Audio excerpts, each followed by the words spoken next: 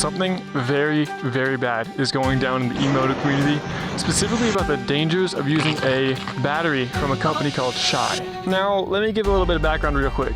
Shy, Shay, however you want to pronounce it, is a battery company that specializes in the production of batteries made for bikes like the Sur-Ron, the E-Ride Pro, the Talaria, stuff like this. And admittedly, they've been doing so for a very long time. Because they are one of the biggest names in the PEV market, there's a lot of support, reviews, trust, but then also a lot of misuse from the owners of these devices. Now let me go through some pros and some cons of owning a Shy battery. First pro, the brutalist look, just like the monochrome dark gray type of thing, looks great in so many different types of builds.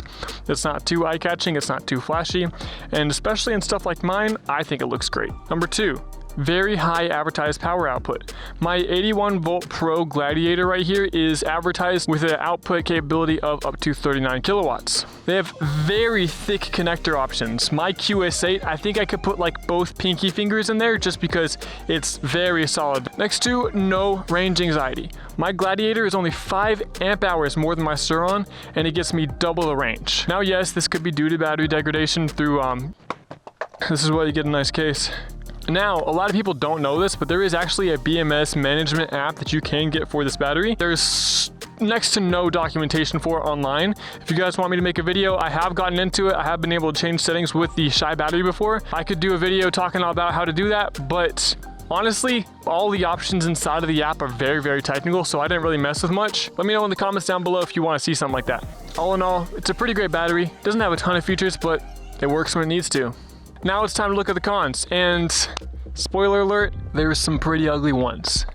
Oh my god. Number one, there's no BMS for the discharge circuit, which means there's no short circuit protection on this 81 volt battery. And that is a huge security risk. If you have like any background in electrical work, you can kind of see exactly why, but if you don't, I'll get into that a bit later. Even though it is pretty durable, the siding of this battery is very prone to scratches. You can see some right here. And say you want to get a wrap to maybe protect it from scratches, this battery fills up every square inch of your battery bay in the Sur-Ron Lite B. And I've tried to do this. I've tried to wrap it before. As you slide it down into the battery bay, there's always going to be something that scrapes up against it and just like tears into that wrap, makes it look 10 times worse.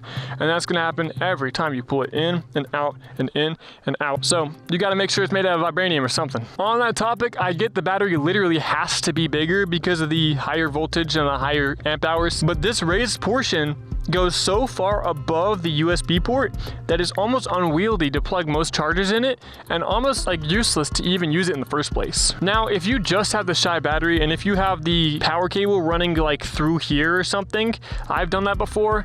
I made it happen. It works technically, but when your legs are right next to that part and your leg just keeps rubbing up against the power cable that goes through right here, it's not a great feeling. It feels like you're imbalanced. It doesn't feel like you're very centered. It doesn't feel great. So what I did is I ran it through here under the cap straight down, and that way no more off-center feeling, but it is very, very clamped down. Now on the flip side, I kind of do like that because there is a rubber piece here that also does push down on the battery itself, and that makes it a lot more secure, especially when you're off-roading. It's not bumping around and getting scratches or anything like that. So it's like a win-lose, kind of a pro and con at the same time. But if I do want to remove the battery, it is kind of always an endeavor. You got to really shove down to kind of get it into place. The next one, the actual placements for things like the charging port, they're not consistent in all the batteries. Some 81 volt Shy batteries, just like this one, have the charging port mounted onto the side here, right? But mine, specifically mine, came with an XT60 adapter,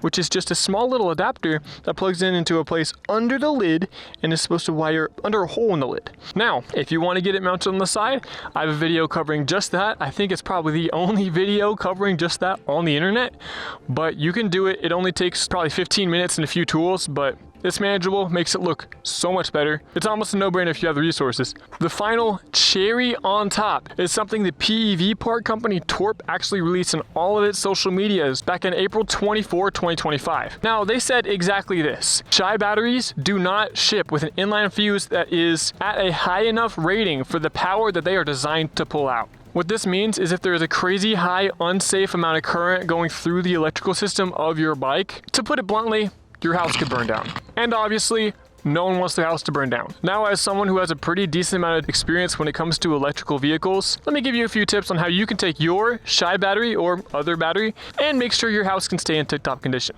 Like Torp's instructions said, when you get your Shy battery, make sure you keep the 100 amp stock circuit breaker that came with the Sur and just wire it up with the battery. Now, in order to do that, I'm going to put the exact things that you need right here on the screen. That way, if it goes above that 100 amps, that is a safe limit for it to cut off and just stop. Now, if you have a higher powered system like I do, 81 volts designed to put out 39 kilowatts, you can go up to a 250 amp breaker or fuse. If you want to get a fuse, that also works, but it's going to be a little more expensive, not an instant fix. Number 2, never keep your bike charging.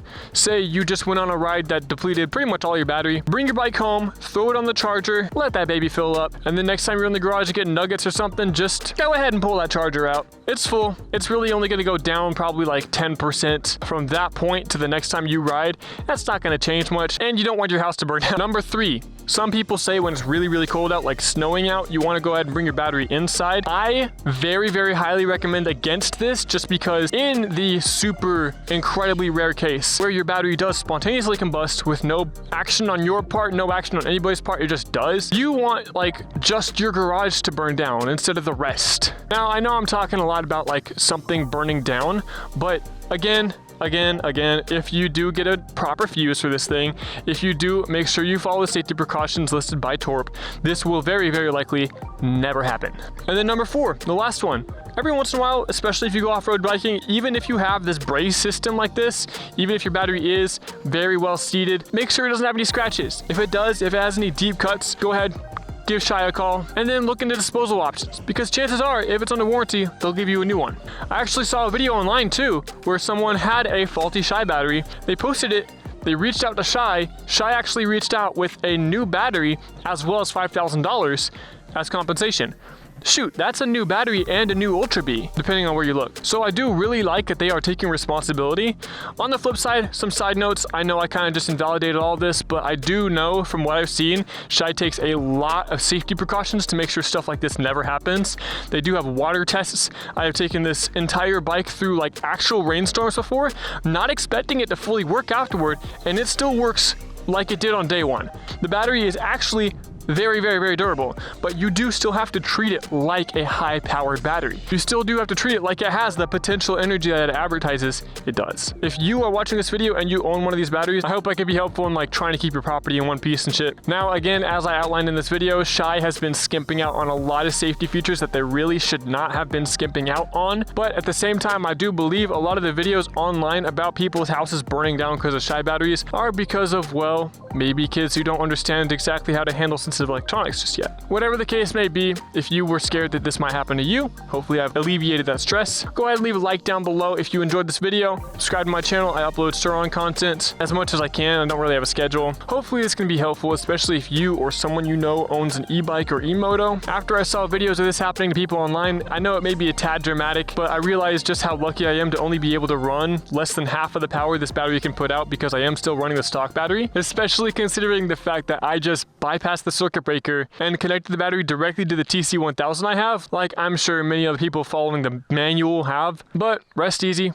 now you know, and now I am going to the electronics store. Peace.